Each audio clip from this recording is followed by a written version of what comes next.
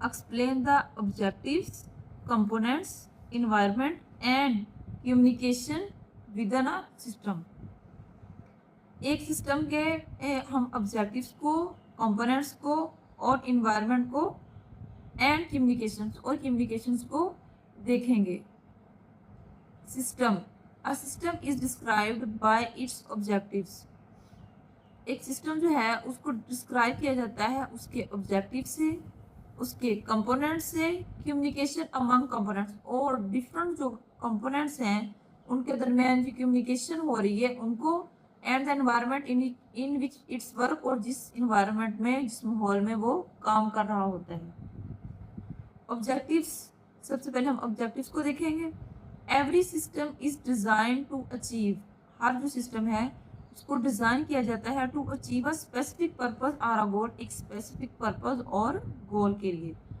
It is essential to analyse the objective, इसके लिए ज़रूरी है कि हम अपने ऑब्जेक्टिव को एनालाइज करें ऑफ अ सिस्टम, एक सिस्टम में, to understand how it works, ये किस तरह वर्क कर रहा है, ये कैसे वर्क कर रहा है।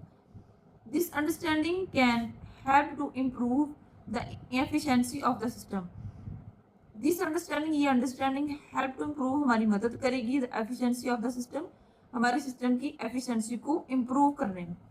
For example the objective of our transport, हम यहाँ पे एग्जाम्पल लेंगे एक ट्रांसपोर्ट सिस्टम की। इज टू ट्रांसफर पीपल, वो लोगों को मुंतकिल करता है एक जगह से दूसरी जगह, एंड प्रोडक्ट्स सिक्योरली, और चीज़ों को, एंड इफेक्टिवली बिटवीन लोकेशंस। यहाँ पे हम एक बस की जो कहते हैं, हम ट्रांसपोर्ट की एग्जांपल लेते हैं, वो लोगों को डिफरेंट लोकेशंस पर मुंतकिल करने के लिए, अशियों को मुंतकिल करने के लिए बेहतरीन काम जो है वो सर अंजाम देता है।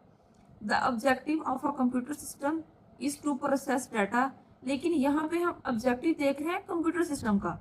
Is to process, computer system जो है उसको प्रोसेस करता है डाटा को, and provide useful information, computer जो है वो डाटा को प्रोसेस करता है and provide useful information to user, और यूजफुल इंफॉर्मेशन यूजर तक पहुंचाता है। नेक्स्ट है हमारे पास components.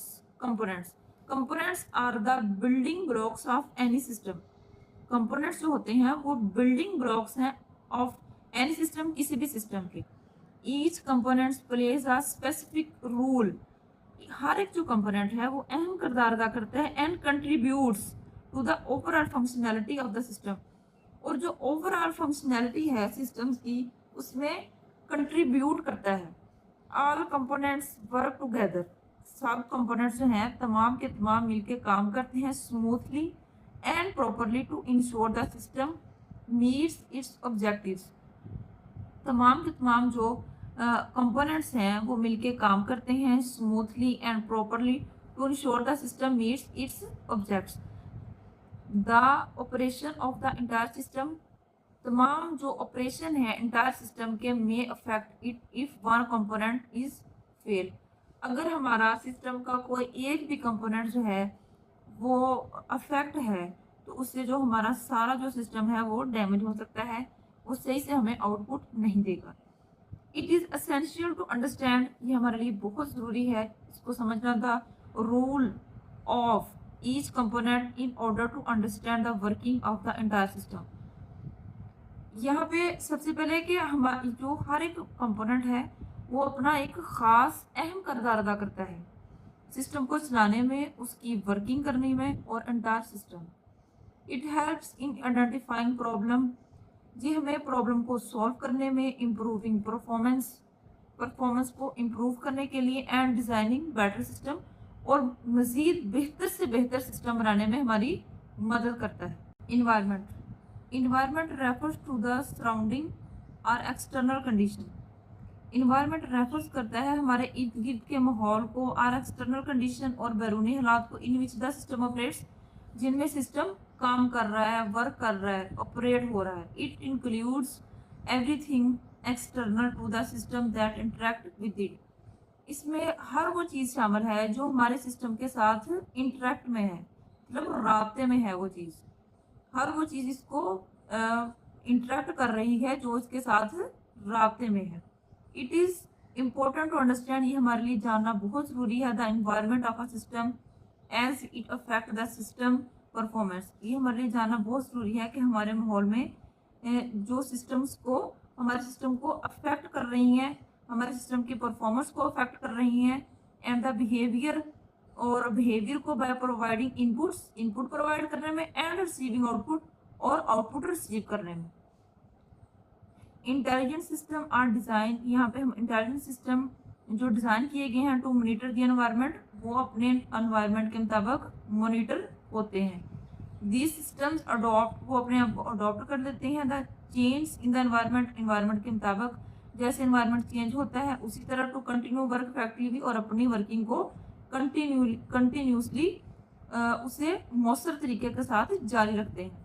For example a self driving car adopt, ये जो एक सेल्फ ड्राइविंग कार है वो अडॉप्ट करती है to the change in its environment, environments के तमाम चेंज को, such as a traffic rules को, पेडिस्ट्रेनियंस और रोड कंडीशंस, और रोड की कंडीशन को ड्राइव सेफली ड्राइव करने के लिए वो रोड्स के तमाम असूलों को और पेडिस्ट्रेनियंस और अपने माहौल के मुताबिक खुद को डाल लेती है और इससे वो अपनी सेफली ड्राइव करती है।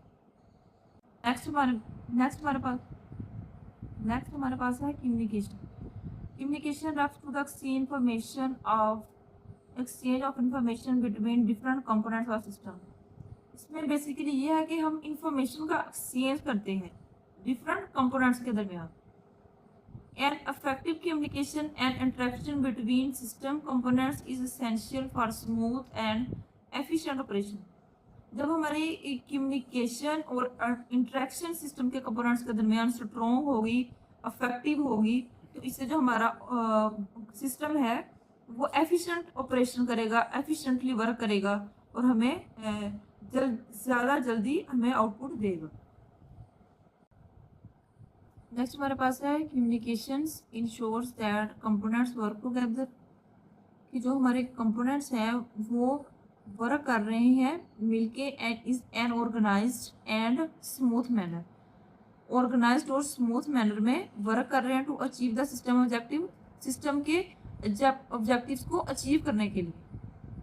फॉर एग्जांपल यहाँ पे हम एग्जांपल लेंगे, CPU in a computing system communicates with memory to fetch and store data।